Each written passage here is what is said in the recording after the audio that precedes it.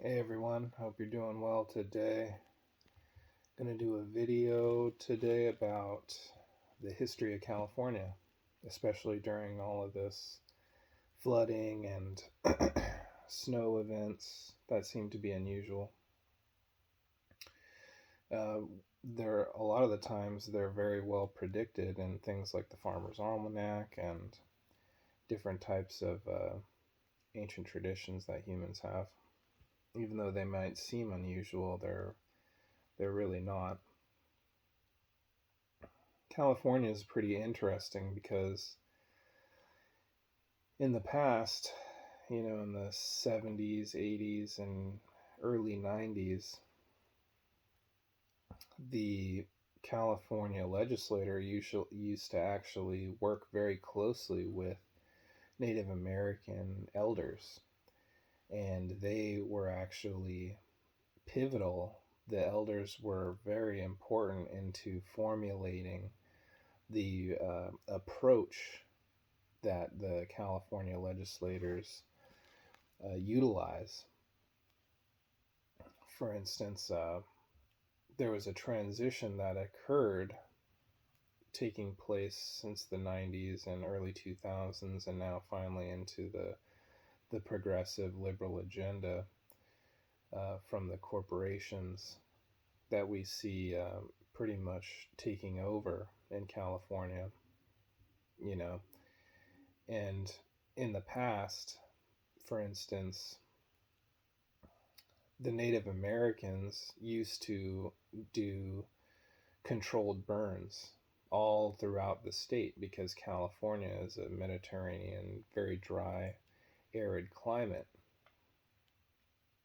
And so these controlled burns were performed over decades with the, the help of the California government through the tutelage of the Native American elders.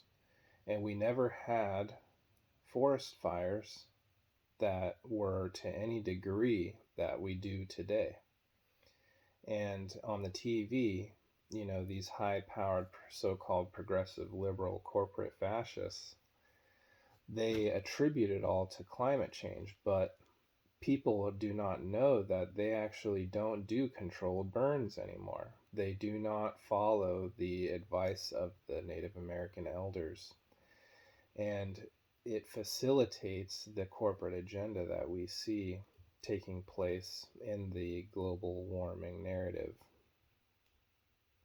Purchasing 10 million electric cars, increasing the mining of rare earth elements for these electric cars, in some cases 3,500%. So how can that really be a green approach? It's not. It's simply just selling this corporate agenda. And similarly, the water was also under the tutelage, the water planning was under the tutelage of these Native American elders. And so when these water systems were being developed in the 60s, 70s, 80s, and early 90s, you had this information from the elders. And now, we on the TV, Gavin Newsom, Nancy Pelosi, the usual suspects, Dianne Feinstein, we see a lot of talk about drought. But California has always had a drought cycle, 7 to 10 years. I mean, this is the hallmark of a Mediterranean climate. This is why oak trees, for instance, have evolved the way that they have, especially the oaks in California. And so it used to be that the the elders helped to plan the water technology and water conservation methodology. And a lot of people might not know that California has the infrastructure to withstand 7 to 10 years of drought. We have enough water capacity to even be giving water to Las Vegas or all these other places that California gives water to.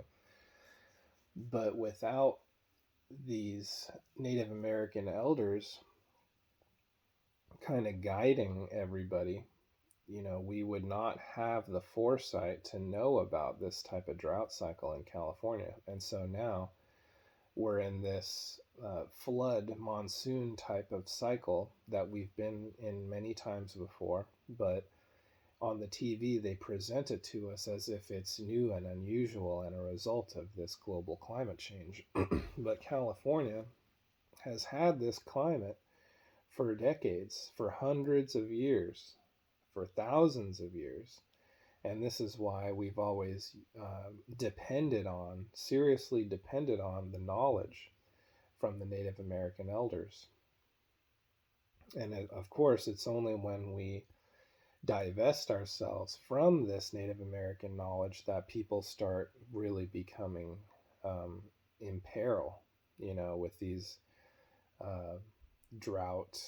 There's a lot of these central Californian farmers who say that Gavin Newsom is not allowing them to have their water to grow the food, and they actually have documentation that it's just being released into the ocean, just wasted. And it's all to facilitate this scarcity, climate-driven narrative, facilitating the corporate agenda in carbon credit trading, or all of these fake approaches. And they say, all these greenwashed approaches, just making this carbon credit trading economy out of thin air. And so it's important for us to know and to come to terms with the history of California, because it's quite an involved and very interesting and colorful history. When we used to listen to the Native American elders, and now, of course, we don't. And all of a sudden, we see these huge, insane burns, forest fires, and the humans in California, they're so innocent, they just easily kind of accept this notion that it has to do with climate change. But behind the scenes, there are many historical factors, and even kind of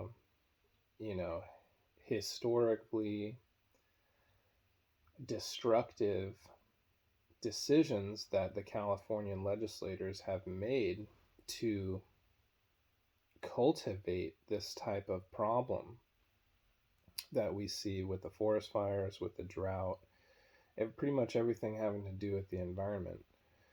And now, because our people here in California do not have access to this historical knowledge or this greater framework, we so easily just go along with the corporatized agenda. And it's like fish in a barrel. These people, they have no intellectual means to defend themselves against the corporate agenda. And when people like myself and others attempt to talk about it and illuminate the minds of our people, of course, they're immediately attacked, as if they're some kind of conspiracy theorist, or this oversimplification of intellectual identifications that are used so often to keep people in a limited state of awareness. So once again, California has reached this monsoon type of event, and the clock is going to reset again. Now we're going to go through another drought cycle, and that drought cycle is going to be utilized by the corporate fascists like Gavin Newsom, Nancy Pelosi, all of the so-called progressive liberals who are utilizing our good nature in conjunction with abhinivesha, the perception of the fear of death, which is what scarcity operates upon. And that's why we see it so often being utilized in the TV, social media mindset, because it really gets people to fall in line with these corporate agendas that they might not be totally aware of, their historical aspects. So yeah, I hope you guys like this video. If anybody has any questions, feel free to drop me some in the comments. Yeah, there's a lot of different topics that we talked about today, so feel free to take up the mantle and discover some of this information on your own. Of course, a lot of it is well hidden, so do your best in discovering the truth. Thank you so much, everybody. Hope you're having a great day.